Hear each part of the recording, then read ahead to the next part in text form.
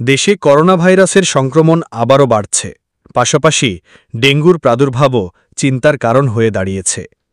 এই পরিস্থিতিতে আগামী ২৬ জুন থেকে শুরু হতে যাওয়া এইচএসসি ও সমমানের পরীক্ষা নিয়ে উদ্বেগ বাড়ছে অভিভাবক, শিক্ষার্থী এবং শিক্ষকদের মধ্যে। তবে সব জল্পনার অবসান ঘটিয়ে আন্তঃশিক্ষা বোর্ড নিশ্চিত করেছে পরীক্ষা নির্ধারিত সময়েই অনুষ্ঠিত হবে। এবছর মোট ১২.৫ লাখ পরীক্ষার্থী অংশ নিচ্ছেন এইচএসসি ও সমমান পরীক্ষায়। করোনা সংক্রমণ বাড়ায় সামাজিক যোগাযোগ মাধ্যমে পরীক্ষা পেছানোর গুজব ছড়িয়ে পড়ে। তবে শিক্ষা বোর্ডগুলোর পক্ষ থেকে জানানো হয়েছে এমন কোনো সিদ্ধান্ত নেই এবং পরীক্ষা পেছানোর সুযোগও নেই।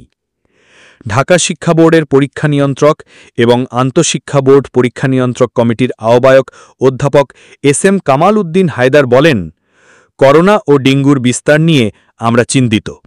অভিভাবকদের মধ্যেও শঙ্কা রয়েছে, তবে আমাদের হাতে কোনো বিকল্প নেই। পূর্ব নির্ধারিত সূচি অনুযায়ী ২৬ জুন থেকেই পরীক্ষা শুরু হবে। বরিশাল শিক্ষা বোর্ডের চেয়ারম্যান অধ্যাপক ইউনুস আলী সিদ্দিকী জানান, বর্তমান সংক্রমণের মাত্রা পরীক্ষা পেছানোর মতো নয়। স্বাস্থ্যবিধি নিশ্চিত করেই পরীক্ষা নেওয়া হবে।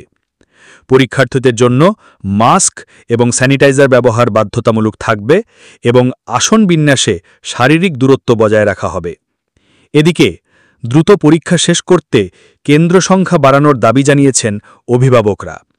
অনেকেই বলছেন, শিক্ষার্থীরা পুরো সিলেবাস শেষ করেছে, প্রস্তুতিও সম্পন্ন হয়েছে, তাই অটোপাস নয়, দ্রুত ও সুশৃঙ্খলভাবে পরীক্ষা নেওয়াই হবে যৌক্তিক।